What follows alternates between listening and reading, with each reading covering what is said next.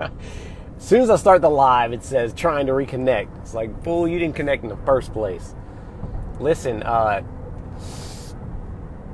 got bad news. This business is like, it's not passive at all. It is like, not the most not passive, but it is not passive at all. And I'm not saying I'm the king of passive, but I sure as hell know better than to work every day. I know that the worst part about my business is if I'm the most important part of my business. Something to that effect. Like, I need to learn the concept, I need to implement it, I need to get it going, and then I need to like immediately replace myself. If I'm working hard in my business, like in the business for more than about a month, then I'm doing something like hella drastically wrong. I can't do it. Not only can I not do it, but I shouldn't be doing it. Some of y'all think you're too cool to like hire somebody or something. I don't know if he'll watch this video, but I talked to a guy yesterday. He said he did 17 grand in profit last month. I said, cool, man. Like, you doing that alone or you got people? And he said he's doing it alone. And I think, I'm not sure, but I think he thinks that's a good thing. Like, he's fired up about the fact that he did that by himself. And I'm like, in my head, for me, I'm like, that is the dumbest thing you could do. And I've also done it. So I'm not saying that from a judgmental standpoint unless I'm just judging myself. But I've done that plenty of times. And what'll happen is you get so busy that you're all of a sudden you're like Lone Ranger and you're going at it 12, 14, 16 hours a day. And you almost have to do that until you realize, like, okay, I don't have to live this way. I can take $2,000 a month out of this 17 and I can do literally nothing. But it's not that you do nothing. It's like you get back to like what got you to 17 in the first place. You dumbass. And people like me got to realize that the hard way first. And so anyway, do nothing. The goal is do nothing. And by do nothing, I mean like nothing in the business. And so anyway, so I'm out for a week and hella phones are coming in, like hella phones, 10, 20 a day. It's crazy. And I have done the wrong thing before. I worked from the North Shore of Hawaii. If you don't know what the North Shore of Hawaii is, it's like world famous for like surfing and just, it's beautiful, you know? So amazing. And at the time I had a totally different business and my 3 people that I had working for me all decided not to work on the same night. They just decided all to like be dumb and leave me hanging. And I knew I was missing out on a lot of money. Not only was I missing out on a lot of money, but I'm like, in my head, I'm missing out on enough money to pay for the whole vacation in that one evening if I don't work. And it wasn't just about that. It was about the fact that I had obligations. I had sold people on concepts that worked and that were helping them grow their business. And I had to like deliver on those, right?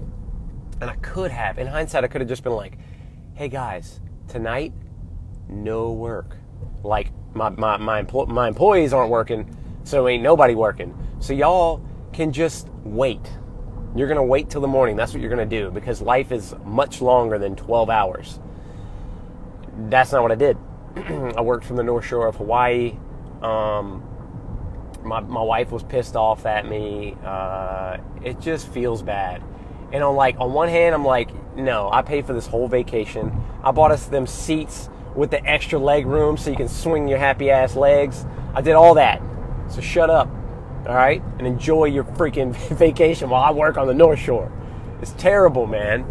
We cannot do this as business owners. That is not a business. That is like slavery that makes you a little bit more than a normal average worker slave. You are not starting to flip so you can be some slave that goes on vacations and then works the whole time. Anyway, I had that pain so deeply ingrained in my head that I will not work on vacation anymore. I will put in like, a little 15-minute spurt here and there to make sure that the bare minimum is done.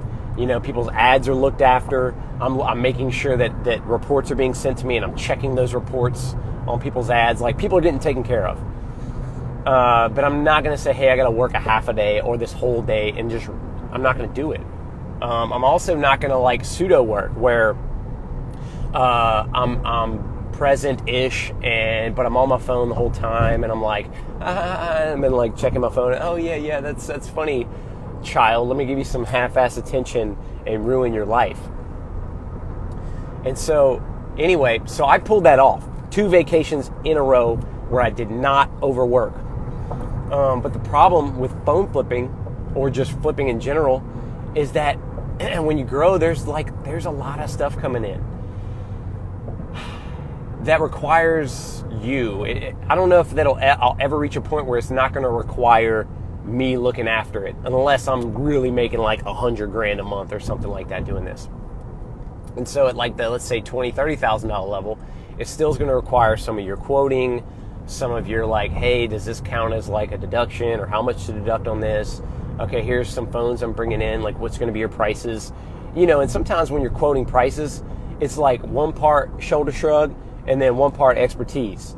And the expertise is kind of like looking at sheets and using experience, and the other part's like, I guess I want to pay this much, and then just doing that, right? And so it's hard to teach the shoulder shrug part of things. It's hard to systematize that. And I don't know, for me in my business, if that's ever going to happen. So that's the bad news. The good news is that you can hire, you should hire, and that they can take away, 90% or so of the day-to-day stress that goes into this business, as far as like packaging up things, keeping spreadsheets organized, and and mailing things out. But I have to still do customer facing. I still have to like negotiate back and forth with people that are buying things. I have to talk to the people that are selling things, coming to me. I shut down my ads for the week. I feel like that was the right move. I hate shutting down ads. I never shut down my ads, ever, ever, ever, ever.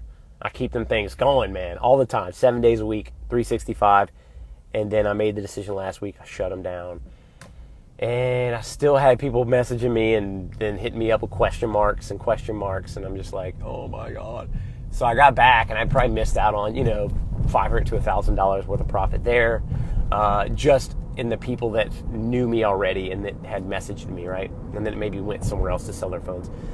So, yeah, so the bad news is this is not passive. It's not passive at all. And that's okay. The good news is that is okay. At the end of the day, it's still a much better life than having a job. By like so many leaps and bounds, it's not even funny. Ideally, though, you need someone local. You need at least one person local if you're just flipping. You need at least one store that you deal with, or like a repair guy. And you need one person online that can handle like the tasks that maybe don't, that you don't need to have done local, let's say. And so I have a Filipino girl. She's amazing. I have a local girl. She's amazing. I have a store that I work with. He's really good as far as doing drop-offs, and then when people need phones picked up there, when I do list them local, and so that's sort of the trifecta of like how to eliminate yourself almost 90%. And if you have any questions on that, let me know. And that is it for now. Later, guys. What's up, Matt? What's up, Javier? Eric? What's up, Eric Strand? What's up, dude? And then, I don't know how to say your name. Castillejo. Sean. I'm Ethan. JR. What's up, y'all? Hit me up if you need anything. Later.